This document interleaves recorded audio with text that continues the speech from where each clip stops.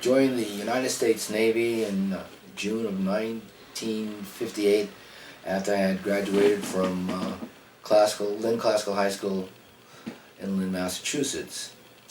Um, my first tour duty took me to Memphis, Tennessee, but my second tour duty took me to Norfolk, Virginia, where I was stationed aboard the USS Spiegel Grove. Now that's a landing ship dock, and it was part of an amphibious task group that left Norfolk, Virginia sometime in April of 1961 to go to Africa, of all places.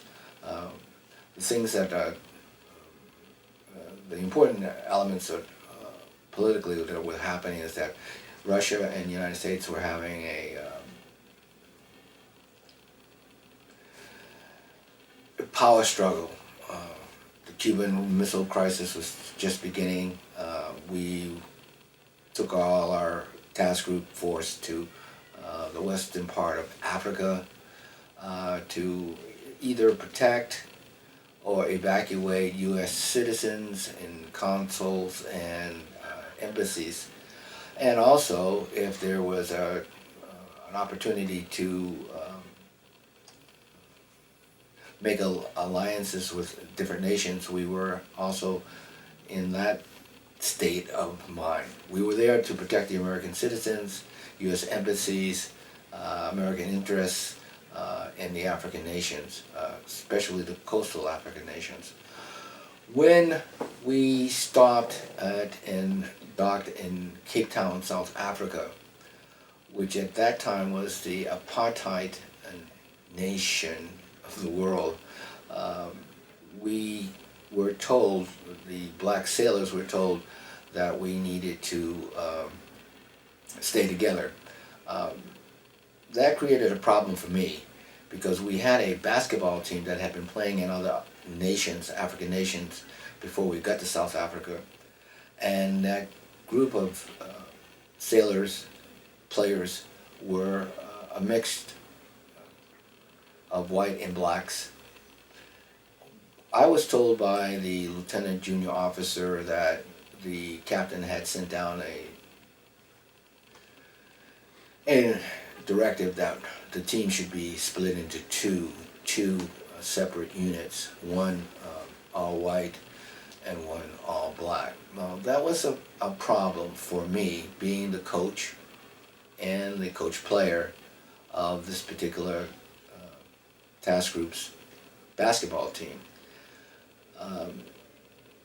If we were to split the team in half, we would not have the full complement that we needed to play in Cape Town against a black team. So my solution to that was to put out a notice that to the task group that I needed 5 black basketball players to fill our complement, and that we had been invited to the Gordon's Institute, which was a British institute, to play a basketball game there. Both the white and black team were invited at the same time to go to the Gordon Institute to play. Apparently I thought that one gymnasium was going to be used by the whites and one by the blacks. We had a problem, I had a problem with the fact that we hadn't practiced together as a team, as a 10-man team, and that our tallest person was only 6'1". I didn't think that would be a problem until when we got to the gymnasium and we started to warm up at one end of the basketball court. I didn't see another team for at least 10 minutes while we were on the court, warming up. And the doors opened at the other end of the gymnasium, and out came a group of white basketball players who were all taller than anybody on our team. And it seemed kind of strange, seeing that we were in the capital of well, not the capital, the country that was an apartheid nation, and whites and blacks never were together in any form, any participation. At least as I was told by the State Department before we left the United States. The referee blew the whistles, signaling that the captains of both teams should come to the center of the court.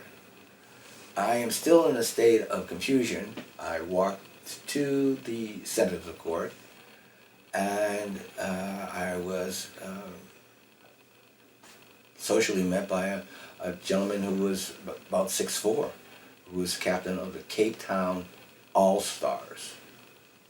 Now, I don't know why this happened, but I later found out after we played this game that they really wanted to play against a black or colored basketball team, because the Harlem Globetrotters were their idols of all things, and they figured, well, if they were going to play a black team, maybe we were close enough to the Harlem Globetrotters that they could possibly get to. It was an interesting game. I went back to the huddle and sat on the bench and explained to my teammates that we were indeed playing the Cape Town All-Stars, and that we didn't have any strategy except to play what we call New York Street basketball. Just freelance it. We played a great game. We lost by, I believe, 2 points, 3 points.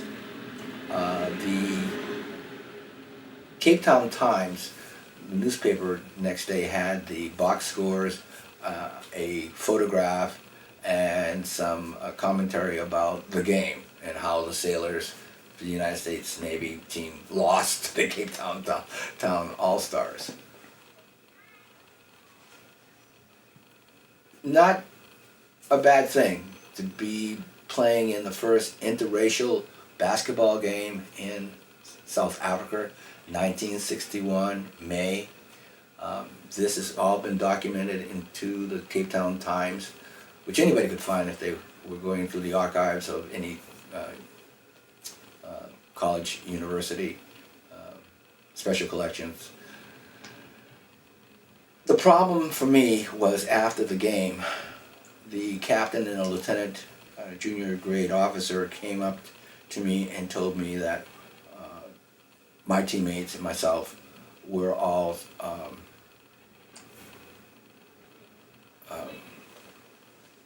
not to go ashore, that our liberty had been taken away from us because the Cape Town police and authorities were looking for the basketball players who played in this first interracial basketball game ever. I took a lot of heat from the Navy. The problem that I created was that we had broken the apartheid law. The United States government, in the form of 10 black basketball players, were now the subject of an international incident. As I said before, the lieutenant junior grade and the captain instructed us, actually ordered us to stay on board because we had created an international incident, and we were reprimanded for that particular event. I had told the captain and the lieutenant junior grade that we were invited to the Gordon Institute to play a basketball game against a black team. That's what I was originally told. I told him also that when the white team came out into the basketball court, I was somewhat confused, but I went along with playing the game because I didn't think it would be an insult to them, and so we played. I hadn't thought that we had done anything wrong. I would imagine that the white ball players and the basketball players who we played against would have even rejected even playing us, but they did not. They went ahead and played the game. I didn't want to refuse the United States Navy basketball team refusing an invitation from the Gordon's Institute and also from the Cape Town All-Stars not to play them. We played them, we lost, and we had a great time. Not a great time, but we socialized on the court and talked about things that were happening in the United States, et cetera, et cetera, et cetera. That didn't really make any difference there. The problem with me was that I had created an international incident, and I was targeted, not targeted, but there was a lot of focus on my behavior from that moment on while I was in the service, that somehow I had embarrassed the United States Navy and United States government, and I didn't think that I had done anything wrong. As I said, I told the lieutenant that we were invited. We thought we were going to be playing a black team. I thought it would be disrespectful to turn down the invitation from Gordon's Institute and not play that game. I didn't know it was going to have that much repercussions, and that I didn't realize that we were going to be chastised and penalized and punished for playing basketball. So that's about all I can say about it. There was one basketball player who on the team was a white person. He was a friend of mine and he wanted to play. I can't think of anything else that would make this story any more than it was. It was a basketball game between the United States Navy black team, which is a story in itself, being split up. Can't believe that he did that to us. And the all-white team from All-Stars from Cape Town. It made news. It probably made the United States government, embassy and the Navy very uncomfortable. And it certainly made me uncomfortable for a while, but I'm glad I played the game. I'm glad the men who were with me had that experience, that they had played in the first interracial basketball game or interracial sporting event ever in that country, 1961. And it's so surprising that the World Soccer Cup was played there sometime in 2000.